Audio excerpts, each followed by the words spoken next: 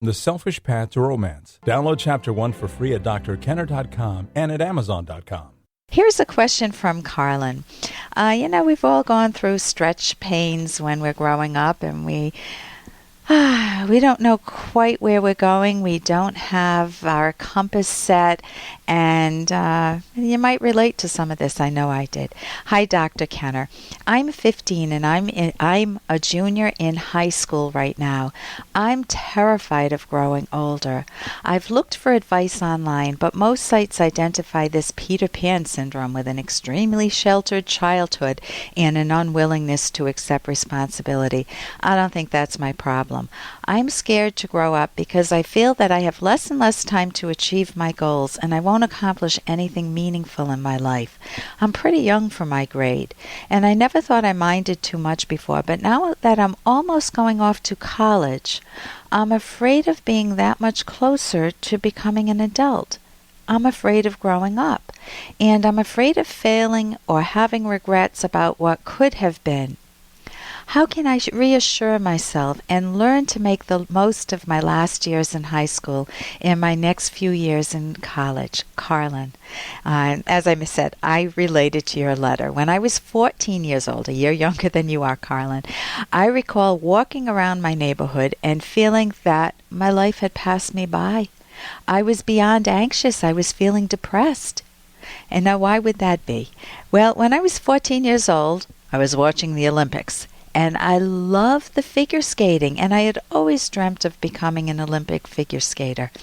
I skated well. I could do jumps, and I could do twirls and spins. I could even do a Russian jump on ice, but I couldn't do triple axels, and I couldn't even manage a very good spin. So I felt like a total failure. I wasn't going to achieve anything meaningful in my life.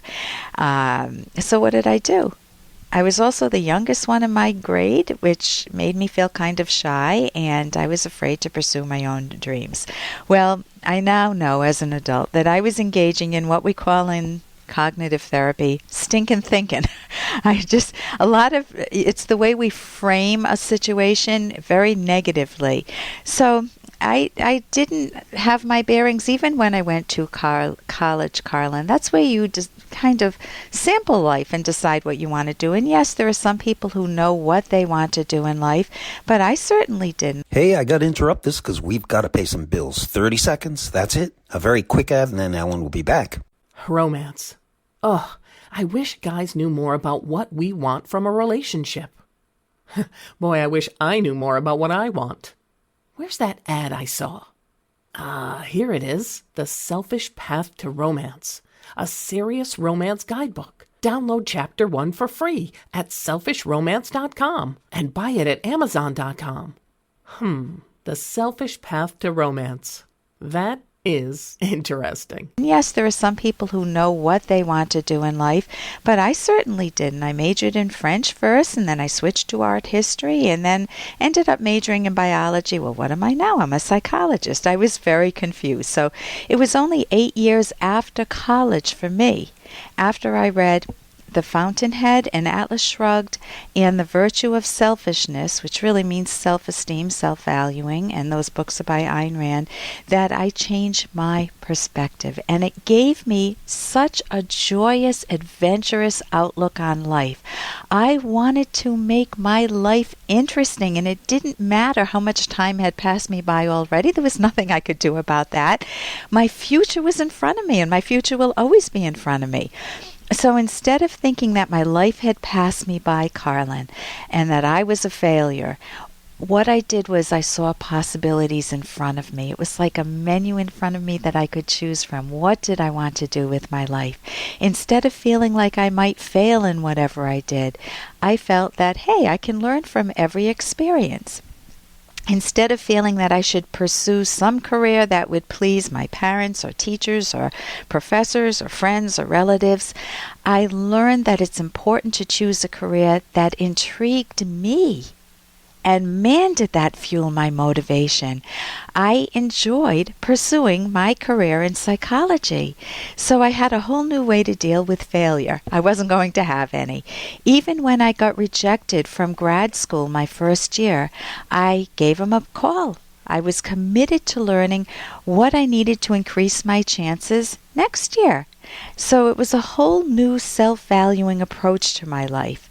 I adopted what I now know is it's called a learning stance, not a failure stance. So for you, Carlin, I would consider reframing your own thinking. Your life is an interesting adventure. You can learn from any setbacks, and that you can pursue your goals without stepping on anyone else and not letting them step on you. And if you want the same type of fuel that I had, I recommend reading The Fountainhead, which is at my website, or you could just go to Amazon.com.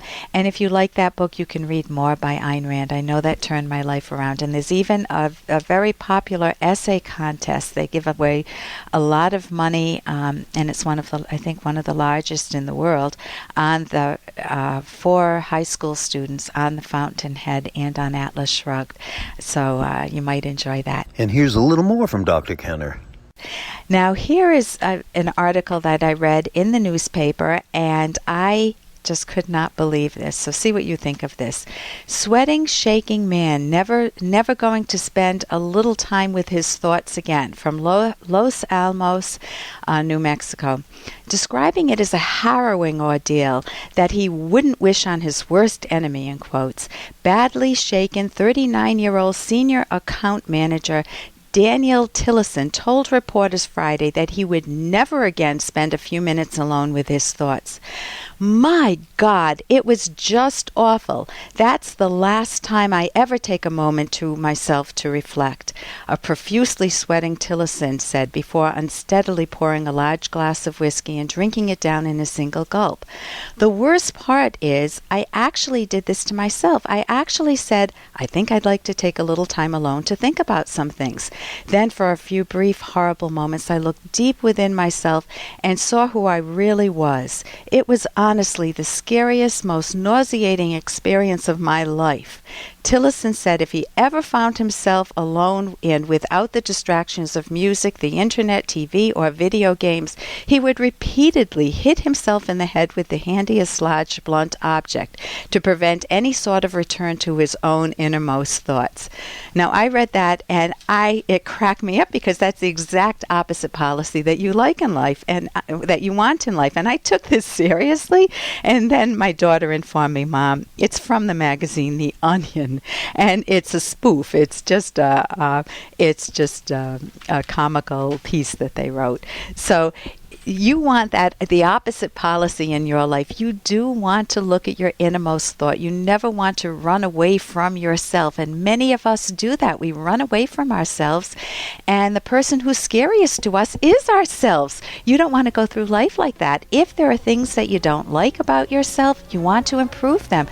But when you take a look at yourself, you also may discover your strengths, and you want to strengthen your knowledge of your own strengths. For more Dr. Kenner podcast, go to drkenner.com and please listen to this ad.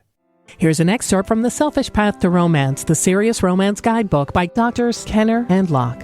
As your relationship develops, notice whether it becomes more positive, more negative, or stays the same. With a great partner, love gradually grows in depth and intensity, and there'll be no contradictory evidence showing that it's not a good match. Your love trajectory, the course your relationship takes, should move in a positive direction. But if, in contrast, the trajectory moves downward, it means you and your partner are discovering more and more things that you don't like about one another. Such relationships are doomed, barring some major turnaround. If the trajectory stays flat, this is also a red flag. Usually this happens because there is no real passion and partners are staying together out of inertia or convenience. You can download Chapter 1 for free by going to drkenner.com, and you can buy the book at Amazon.com.